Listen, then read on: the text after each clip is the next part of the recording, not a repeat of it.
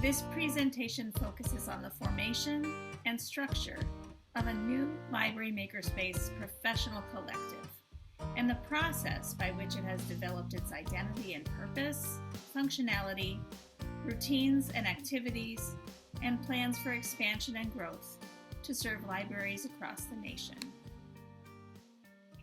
My name is Pamela Van Halsema, and I am one of the project managers of this initiative, which is in its first year and very much still under construction.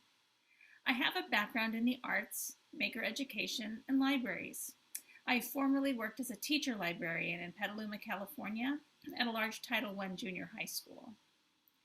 Along with my colleague, Lisa Regalla, we have been working over the last 5 years to help support library maker programs here in California and now at the national level. Lisa and I are both makers and educators ourselves. Lisa is a scientist and I'm in the fine and applied arts. Together, we love supporting making in informal learning environments. Our external evaluator and collaboration partner is Scott Burg, senior researcher with Rockman et al., a cooperative firm that specializes in evaluation for education and nonprofits. We value and embed the use of evaluation to provide ongoing formative data that informs our project's next steps, and Scott's work has been incredibly essential to this process. You will hear from Scott and some of the data he has collected during this presentation today. To give you some background, our work began with California libraries, and over about 3 years, we supported a pilot group of 10 diverse libraries throughout the state to help them create sustainable, community-driven maker programs. All of these sites were chosen because they were under-resourced in some way. Perhaps they had very light staffing, their funding was very light, etc., or they were serving a high-needs community. What emerged out of that multi-year process were 10 very unique models for how maker programming can thrive in communities that may be overlooked. The end product of that on our part was a publication which all those libraries helped to develop, create, and test. It's called Makers in the Library, and you can get it at any time downloaded from our website, makersinthelibrary.org. We provided training and support for the development of these makerspaces and then turned around and formalized these methods in a toolkit with downloadable, very practical tools that any library could use. The end of that project coincided with the beginning of the pandemic, and it was very hard for us to disseminate and share these resources at a time when libraries were faced with closing down, stopping programs, and really trying to join the world in figuring out what was possible and what was off limits. We do know that libraries did step into action and use some of their makerspaces at service during the time of the pandemic, using their 3D printers and using their laser cutters and trying to make masks, make PPE, and serve the community in different ways, support educators doing distance learning. And there was a lot of innovation there. Made us curious, and we applied for a grant from IMLS, the Institute for Museum and Library Services, to really look closely at this. What's going on? What do these changes mean? And how can we support this innovation in makerspaces that's happening in libraries? I began working with Pam and Lisa on the Makerspace project that was focused in California. I was the external evaluator on that project. We were assessing methods of design and implementation of makerspaces for libraries that were under-resourced in urban, rural, and suburban communities. And that project led to the current IMLS grant, the current National Cooperative Grant, where I'm also serving as evaluator, more on a process evaluation. So I'm looking at the process of how the cooperative is being formed, expectations on the part of members, and the impact of resources, programs, and activities that'll be developed over a period of about 2 years. And so that brings us to this project. It's called the New Face of Library Makerspaces. And our website remains the same. To find out more information about our progress, you can always go to our website, makersinthelibrary.org. So the project has 3 goals. First is to form a collective of libraries and library professionals who can support one another and share resources, and together build new knowledge in service of community-centric maker programs. Community-centric is an important aspect of this because it's not a list of tools you buy and throw in a room in the library. Instead, it's really looking at your community, what capacity and interest there are for making things, whether that be anywhere from engineering, computer science, and high tech to traditional maker ways that may be rooted in culture, that may be rooted in history, that may be rooted in whatever the economic driver of the area is, whether it could be agriculture, it could be entertainment, it could be any sort of thing, but community-centered maker programs that are built from the ground up. And when we say diverse, we do not really only talk about race and ethnicity here. We're talking about big libraries and small, urban libraries, suburban and rural libraries, libraries that serve tribal communities, libraries that serve very ethnically diverse libraries with many languages and many traditions versus libraries that don't have that. We know that libraries all over the country vary widely, and at times the people who work there can be somewhat isolated from what's happening elsewhere unless we build these opportunities for connection. And we think sharing the unique things that are going on and helping learn together in the way of maker programming and maker spaces will be a useful and valuable opportunity for those who really care about these programs.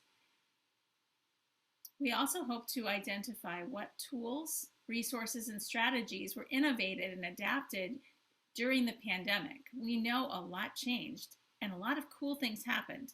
A lot of things were tried that didn't work too. So we're endeavoring to collect that information, interview libraries, do surveys, do some research, and really figure out what the best things are that worked and find out if people will still continue to do them even post-pandemic. And then lastly, we want to share some professional development opportunities and develop those in collaboration with our collective members so that more new libraries who haven't been able to sustain or even start a maker program at their library can learn how to do it. And we endeavor to support that kind of development for new and emerging library staff who want to do this work, and at the same rate, continue to support those who have many years of experience in this. And so it's relevant to all levels of maker educators who work in libraries. And just to touch on what we mean by makers and what we mean by maker spaces, we have a very liberal and broad view of what that looks like. There can be many models for doing making in a library. You may have a dedicated space which offers the opportunity to engage with tools, materials, and activities that are science, technology, arts. Or you may not have that space in a library, but it's something that's set up just in time for a program. a facilitated program or an open-ended program. There might also be a library that does this as an outreach project and brings this out to schools, to nursing homes, to clubs, into the community, to the farmers market, and that's more of a mobile program. Whether it's in a crate in the back of the library staff member's car, or if it's in a fancy vehicle, or if it's on the back of a bike. There's many ways to bring your maker program into the community. Those spaces, as you can see, aren't necessarily dedicated rooms. I'm talking about making space and time in your library's schedule, in your staff members' workload, and space in the community so that people have a chance to participate in open-ended activities that provide access to tools, opportunities to learn and explore, and invitations to collaborate and share what they're doing. Our board of advisors provides expert advice and includes Maggie Mello, a researcher and scholar on access and diversity in makerspaces, Kelly Deppen, a practicing librarian who is the official representative for this project from our partner, the Association of Rural and Small Libraries, Christina Fuller-Gregory, a librarian maker who is a leader in the profession on EDI training and policy, Rafi Santo, a researcher and expert in the structure and function of learning communities, Vera Michalczyk from the Connected Learning Lab, and Jerry Valadez, whose organization, the Community Science Workshop, offers STEM informal education opportunities for youth in rural areas. To understand how we are building this project and the collaborative, we are starting with Tier 1 and selecting charter libraries across the country who can be institutional members and founding members of this organization. They already are building the internal structure of the organization and have been with us since January of this year. Tier 2 will be starting in the fall, where we will bring in ambassadors who will be regionally selected regionally, and also their ability to bring people together around these things, grassroots leaders. And lastly, we'll be inviting, especially via the ambassadors, inviting any library staff member to become involved. And hopefully by the end of the year, we'll have a good solid start to the end of year 2, I should say, a good solid start to building this membership of the collective itself. The charter members are a group of 7 libraries chosen through an application and interview process from locations across the USA, representing both large and small public libraries with maker programs that were active during the pandemic. They became institutional members of the collective, serving as geographic hubs from which the collective might grow in later phases of the organization. Half of these leaders hailed from small or rural libraries. And it was significant to have institutional members at this point because we were able to engage multiple representatives from each library as part of the planning process. You know, I think that what they were most interested in doing is having a forum, which they didn't have outside of their own communities, localities, maybe state, not so often. But they each said that, well, there's nothing like this. And we don't have, you know, we can't, you know, it's the idea of collective learning. And one thing that they did bring up in the early stages is that they felt that finally, you know, that to some degree that their knowledge and experience is being validated and that they feel they have some value now.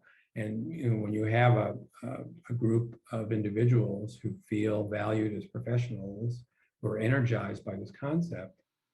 We spent some time unpacking the word collective and what it means organizationally and functionally, as well as exploring the background and structure of other organizations that provide networked support for professional groups, especially in the context of education or maker professions. Our advisory board member, Rafi Santo, provided us with his research, and that really helped us define what kind of collective we sought to build. We used this help from him to guide us and inform our first stages of this work. And so when you ask the question, what kind of collective are we building?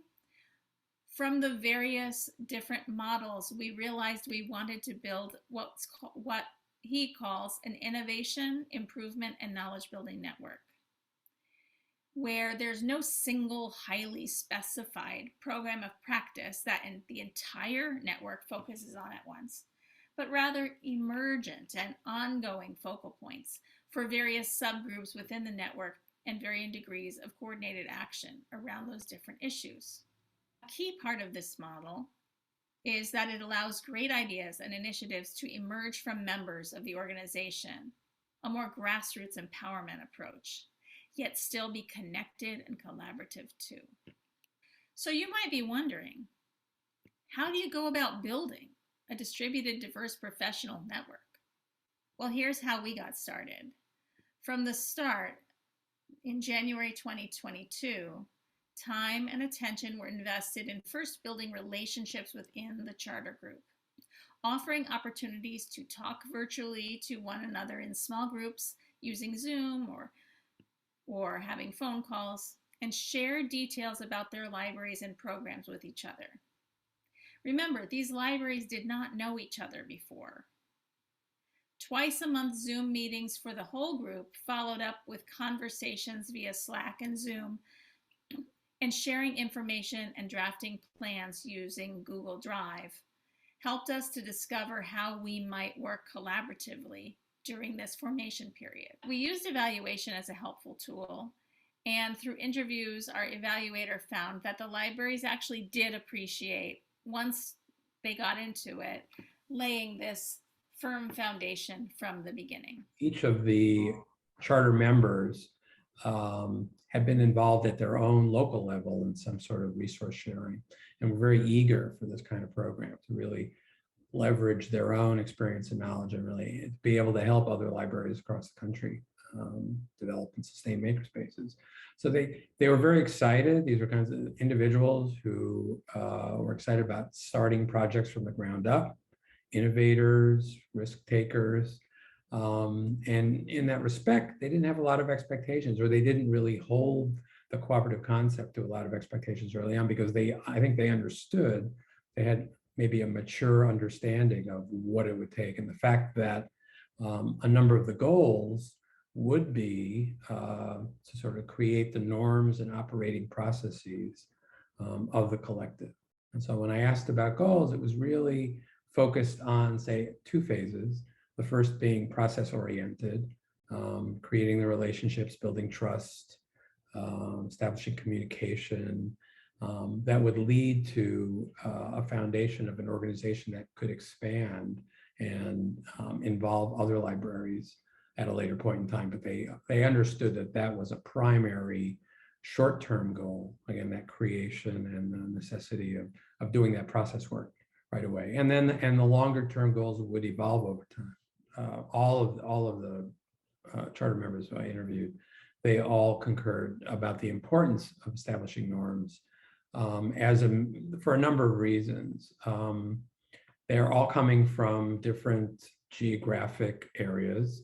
Their libraries are different sizes, they have different experiences. I mean, establishing a makerspace in a rural library in Arkansas is different than creating one in a more suburban library in Denver, Providence, Rhode Island. And so communication, the staff and colleagues that they were communicating with may be different in coming into this sort of collective space.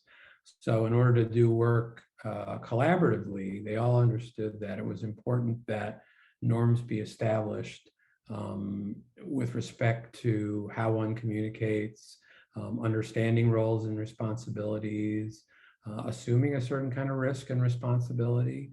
But again, I think this was and I have to credit the organizers of the collective and the selection process. It's a very savvy group, and understanding that norm setting was really a sort of precursor to establishing roles and building trust.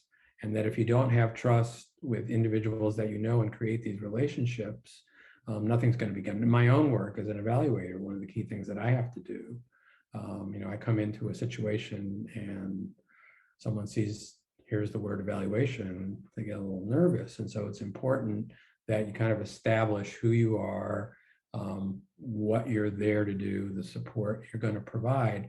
And all of the individuals understood that in order for this, and also as a way to maintain, create sustainability in the organization, so that norms would be created so that when other groups come in, there was a foundation. You can't build a house without a framework. So as we continue to develop new expectations and goals, they would relate to various stages and stakeholders for the initiative.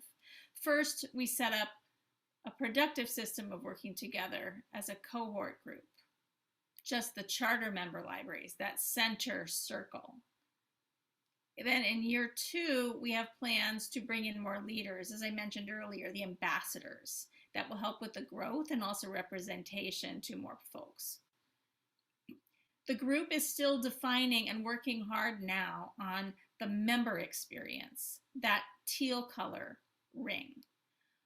How individuals, not libraries, but individuals will be members of this organization once it's opened up to membership, and what avenues for connection, collaboration, and growth will be established to facilitate that.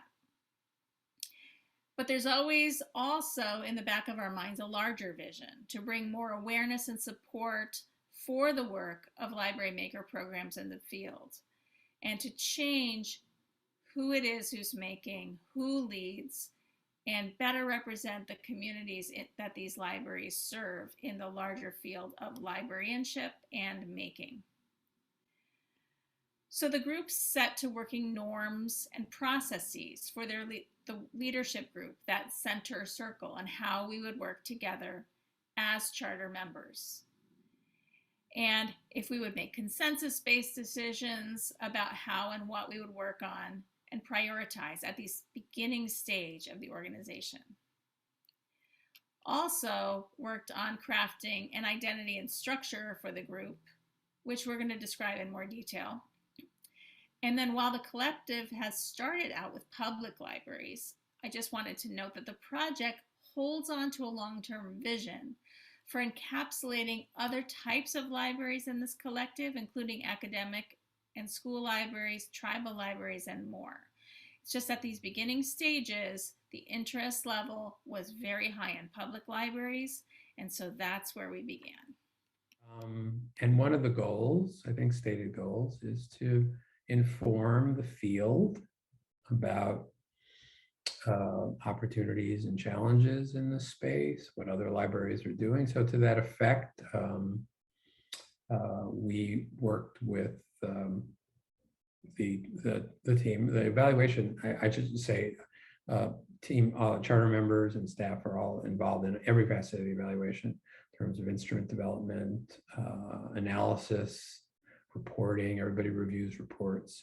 So evaluation is like not standing over in one corner, or as a prescriptive process, which again, that would be inconsistent with the philosophy. I firmly believe that, and we've been applying that evaluation has to be embedded, and it has to be a capacity, building a capacity for these members and their organizations, rather than just, okay, let's wait for the evaluation. They have to be part of it, see how it works. And I think that again, that's part of that collective learning experience. So that the process began with defining our values as a collective. And to do that defining, we started with a personal values inventory. Here's a representation of what came forward when we did that work. And then we compared those with value statements that came from the American Library Association as the core values of librarianship, the professional values that we adhere to. And we looked at core values of the maker movement. These came from core principle statements at the Nation of Makers, who, as I mentioned before, is one of our partners in this project. From those, charter members worked to clarify and distill these into 3 areas. I'll allow Kennedy, one of our librarians from Evanston, Illinois, define those for you.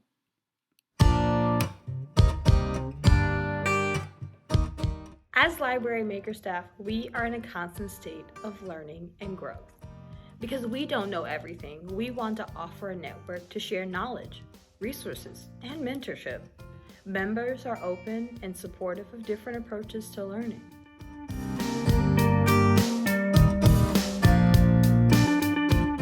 The collective is a place for everyone, no matter their race and ethnicity, religious beliefs, sexual orientation, gender identification, socioeconomic status, age, or physical or mental ability. We treat members fairly and respectfully. People are valued based on their distinctive skills, experiences, and perspectives.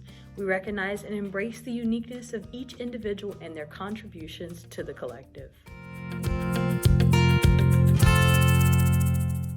We make sure our meetings and events are accessible to all members of the collective.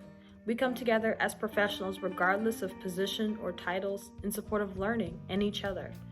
This collective is a work in progress and will continue to adapt to the needs of its members as we grow and the world around us changes. They are concerned with helping libraries that may not have, say, the resources of some libraries in more affluent areas, and who may have access to other educational opportunities, and marginalized communities as well. So there is a strong sense of applying principles of diversity and equity and inclusion. I know those are big terms, but really enabling and empowering libraries that may not be able to, on their own, create these spaces. To build our organization, we searched for a framework or guide to get the work done. We decided to use this resource called the Community Canvas. It seemed the best model to both be comprehensive enough and applicable to our organization type.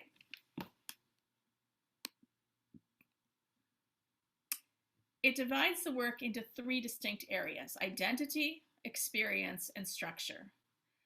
Likewise, we divided our charter members into subcommittees to tackle these 3 areas. We found with our remote working via Zoom that engaged one another in small groups was far more productive, and our librarians also enjoyed working in small groups of 5 or 6 instead of in a larger group. In accordance with our desire to become a welcoming community and one that welcomed input from everyone, we learned that they found it harder to speak up in the larger group meetings. But in the smaller group, everyone felt happy to share and participate.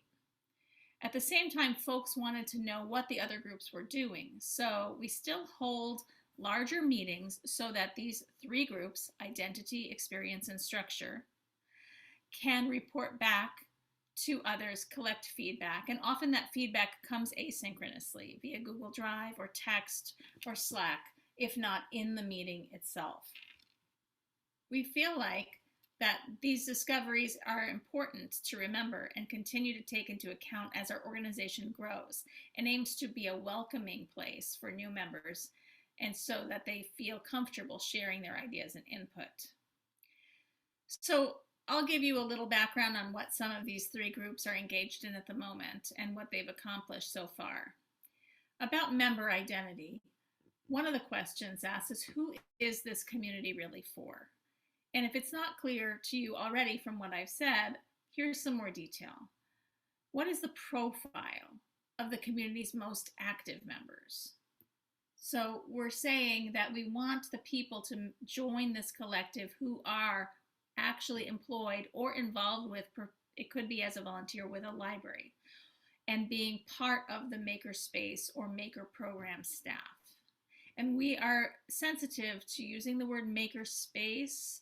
We include that, but we also want to say maker program in case makerspace implies a dedicated room in a library. We do not mean it that way, but we know people interpret it that way.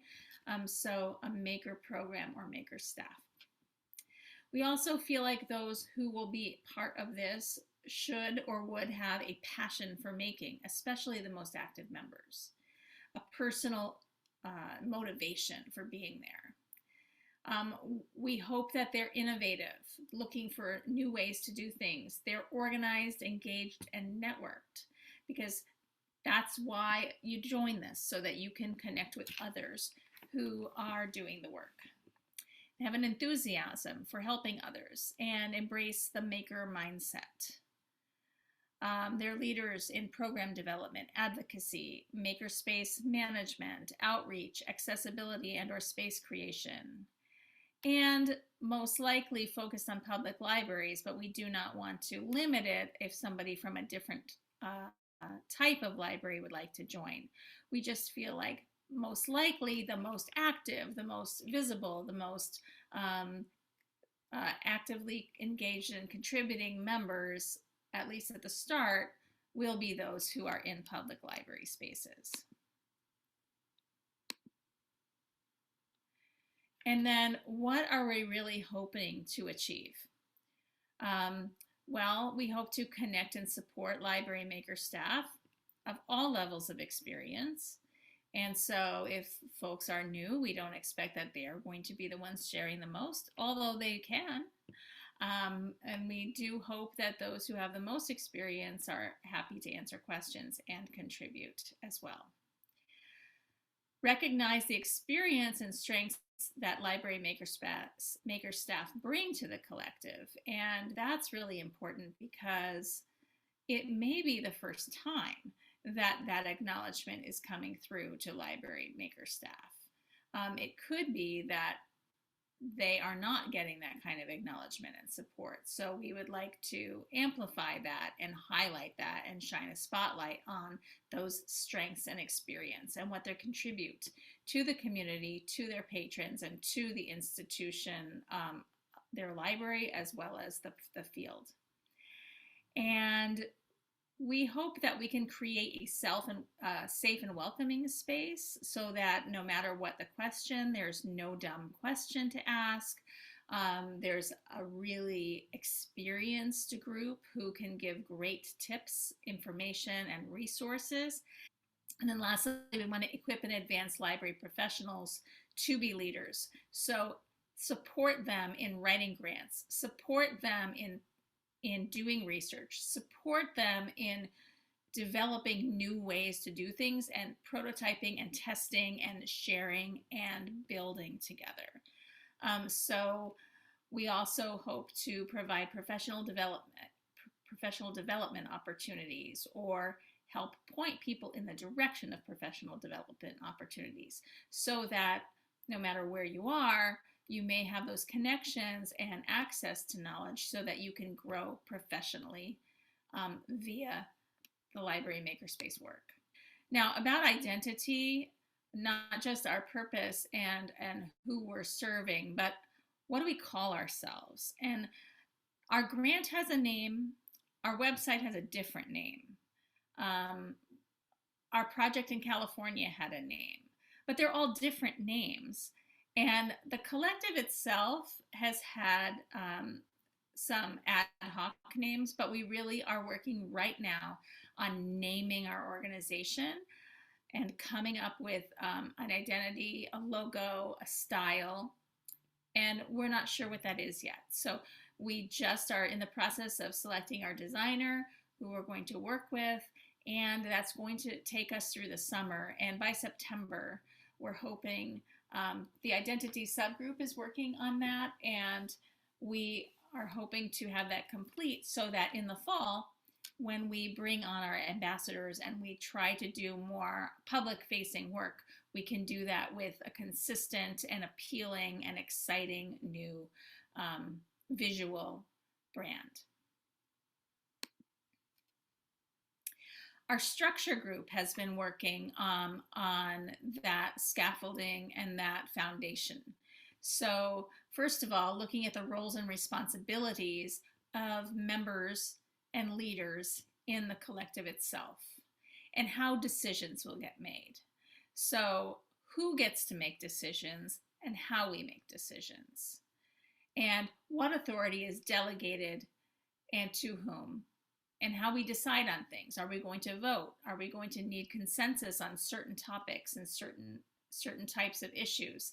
And also, what if we can't reach consensus, or if there's a tie vote, how do we take that into account? It's a little bit like bylaws, a little bit of processes, but also it's really going to be really important for such a distributed group that is hoping to grow, that we have these things figured out. So they're really working on that right now, as well as looking into the future. Right now, we have our grant and we have a backbone organization and some partners, but that does not mean it'll stay the same after the grant ends after 2023. And so looking at what would make sense for keeping this going and going strong after this initial phase. They're exploring other organizations that may provide a backbone, an administrative backbone for the collective. Also seeking next stages of funding sources and funding models, and looking at, will members pay a fee to be part of the collective? Will libraries pay a fee to be part of the collective? Will sponsor or grants really cover those operational costs? All of those things are being explored now, and it's, like I said, still in it's important work, but it's still in the exploration stages. And the other thing the structure group is looking at as we're deciding what kinds of activities will take place among members and for members, what the right platforms and communication channels are for hosting that work. We already have some things set up. We already are a member of some Slack groups. We're a member of, we have a Makers in the Library website, whether that continues to be one of the sites that's used for a blogging platform or another hub for information or not. We're deciding those things, and as you can see, there's a lot to take into consideration about that. Also taking into consideration data management. When you build a membership organization, you're going to collect information from your members. You are also going to be sharing resources. And what does that mean, to be collecting resources and sharing resources? Well, of course, librarians do this professionally, but as an organization, what are our privacy policies? What is the responsible collection and storage of information and resources that provides just the right amount of access to things, but also protects valuable assets and information, intellectual property, and also at the same time supports networking, knowledge sharing, and that open-endedness. So it's two different ends of the spectrum that both have to be taken into account as we make all this talk of building an organization. But what are we actually doing, and what are we actually talking about?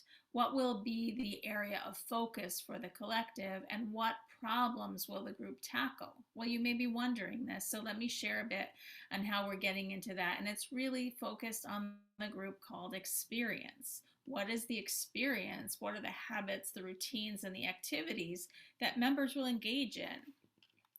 And what will we be delivering as a collective to the realm of library maker work?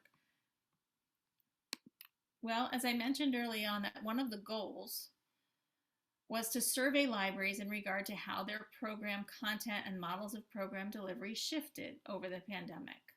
What new innovations did they try? How did they work, and what was necessary for staff to learn in order to carry these ideas forward? And will these programs continue post-pandemic? So we're analyzing the results of a survey that we carried out, and we will share our findings at the end of the summer. The findings will also inform some of our work of the collective going forward as we define and refine best practices around this type of programming, curate resources, and share what's really happening in libraries around the country. We also think it's important to celebrate those who took risks and innovated in the hardest of circumstances to serve their communities with creativity and flexibility. And so again, it's another way to advocate for the value of library makerspaces. Libraries were, clearly challenged. What they had been used to in a face-to-face situation was no longer possible for about 2 years. And so they tried a lot of different methods. A lot of them had to abandon, a number of them had to abandon, but a surprisingly large number, and you hear this word all the time, really did pivot to different kinds of programs, thinking about how to relate differently to their constituents or their patrons. It was less transactional, I think. I mean, what you find in makerspaces in general is that it really moves the librarian away from sort of that transactional, here's your book, here's your whatever, to more of a almost a coach or a mentor or a peer in some respects. So there's a lot of that sort of changed the nature of the relationships. It enabled libraries to think about different kinds of maker programming and think about their space differently, to the point now where they're applying a lot of the and also new training and skills. Every organization I work with, like, well, now we have to learn how to do something different, virtually. So training improved. I think the idea of what a makerspace is also changed. It allowed them to connect with communities and individuals, maybe individuals who couldn't come to the library. And again, that's one of the goals here, is to bring different members of the community in. So it got people thinking differently about that. And now, again, thinking about this period, which is totally unpredictable, but you're seeing a mix of what worked maybe pre-pandemic and methods and types of engagements that worked during the pandemic period. We're not totally out of that yet, and sort of really redefining the space. So I think that it shows it's a value added of the work, and the charter members can take that data and inform it with their own experience. So ultimately, it can go out as a report. Here are the findings, and we'll be publishing that soon. But also, as a member of this collective, you can point to a particular finding and then provide that experience. It's not an isolated, everyone's gone through it. So I think we're providing, or the collective is providing, information and knowledge to the field, but also has the opportunity to elaborate on that, to expand on that, because sometimes survey is just a point in time, and 2 months later it's done. And I think the expectation is that this will be kind of an ongoing, maybe not every continue to do surveys, but to use that data and to create other resources based on what we're learning nationally.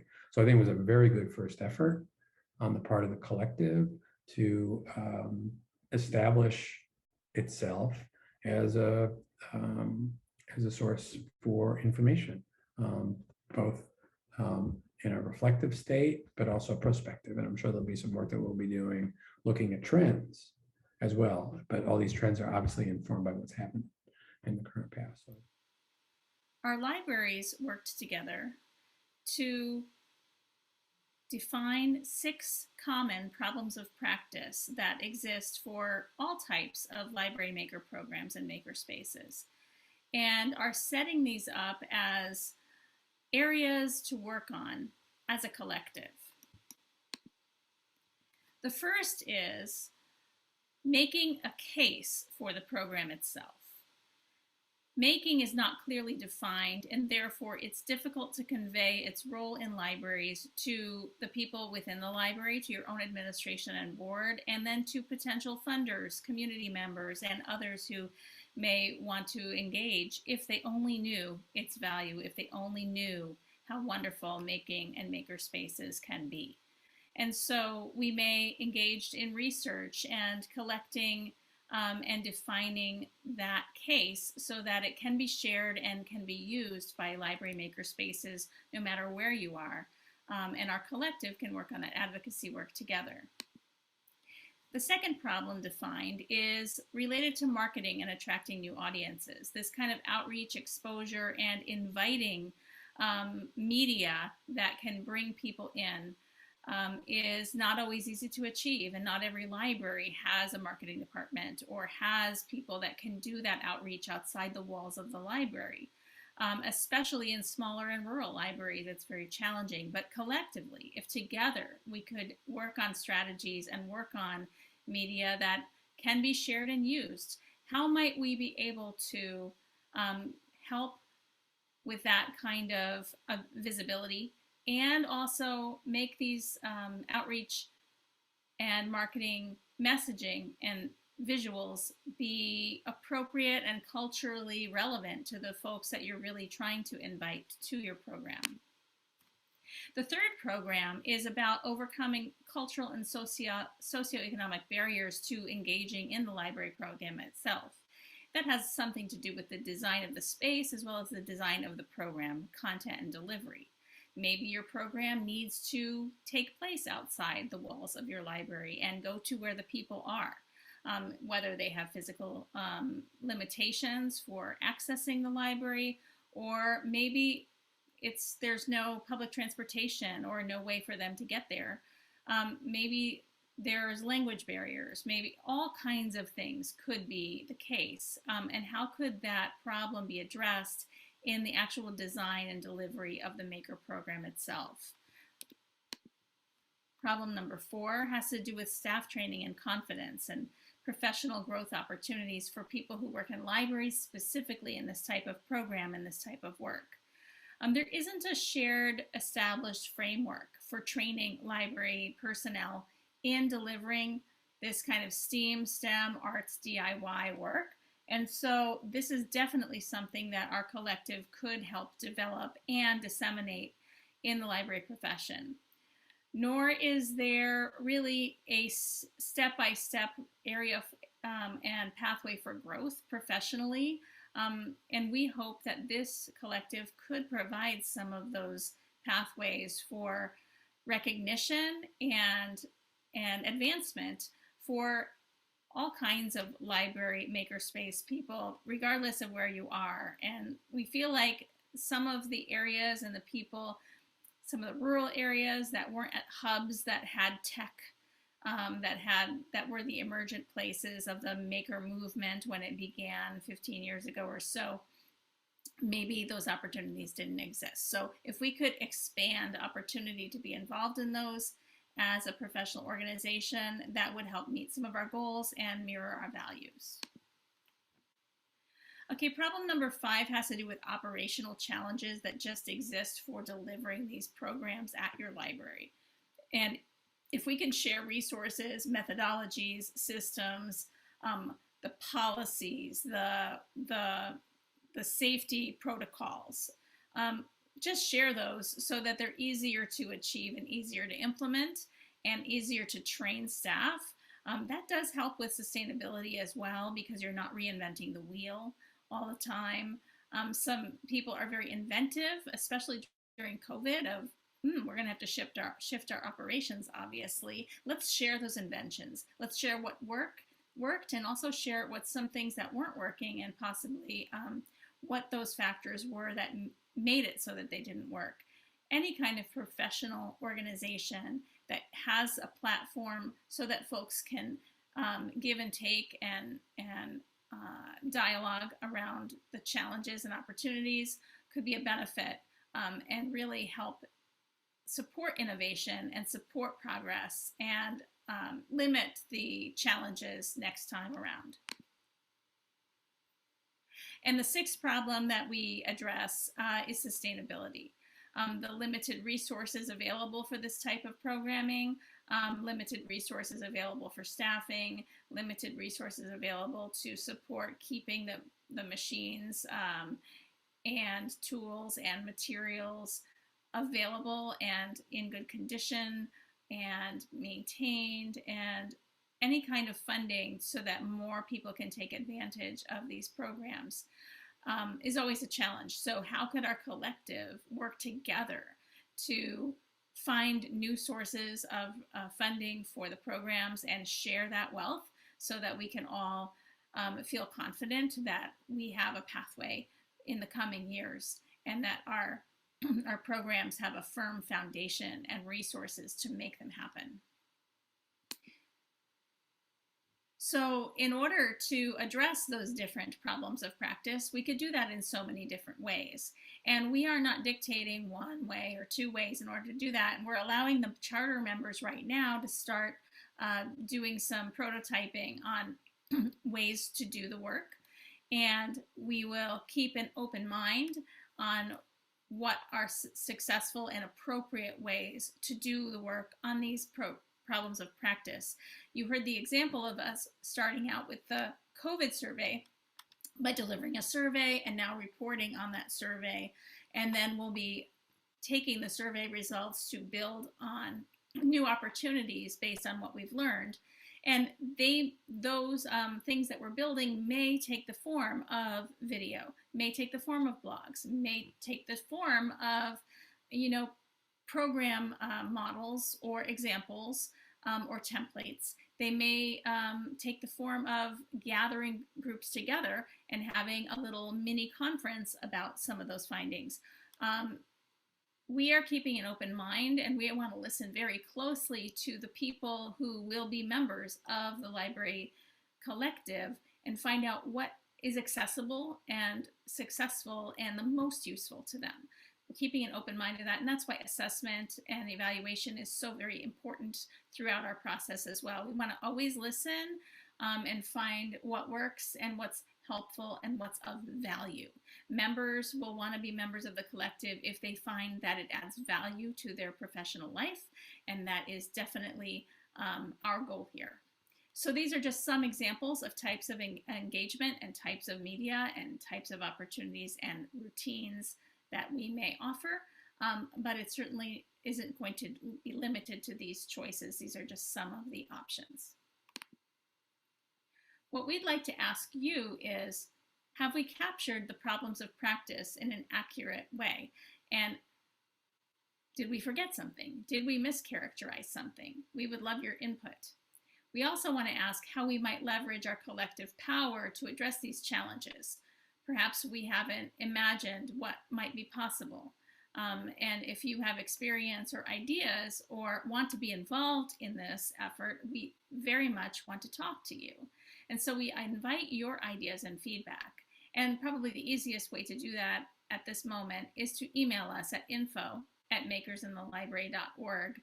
And Lisa and I will share that with our charter members, and we will definitely take a close look and take that to heart and figure out how to move forward in the best possible way in the coming year as we look to solidify our structure and begin building and expanding and reaching out more broadly. So I think that will certainly be a challenge going forward. I mean, the work so far has been, the fundamental work has really been solid. Everybody is really on board, but charter members do recognize that these are substantive challenges: funding, new membership, changes in the external environment. You have to be able to. Who knows? I mean, the external environment is so unpredictable. We didn't know about COVID. We don't know what the next thing is going to be. So there's a lot of unknowns that, and how the collective goes about sort of establishing a little more definition, continue to, while acting at the same time. Can you do both? And there's a lot to do by the end of the grant. And just one last invitation to connect and contact our team. Again, I gave you our general email in that last slide, but here we have Lisa, Regalla, Pamela Van Halsema, that's myself, and Scott Burg, our direct email addresses. And also to note that we have a Makers in the Library Facebook group, which is on, has about, I think at this point, about 750 members around the country, and you are more than welcome to join that and chime in and be part of the community already. And so I just wanted to thank you for being here, listening to what we have to say, and invite you to engage with us and be part of this work, because we believe that library makerspaces are here for the community and they're of great value, and connecting those folks who are doing this work is of great value and helps with the profession in general. Thank you very much.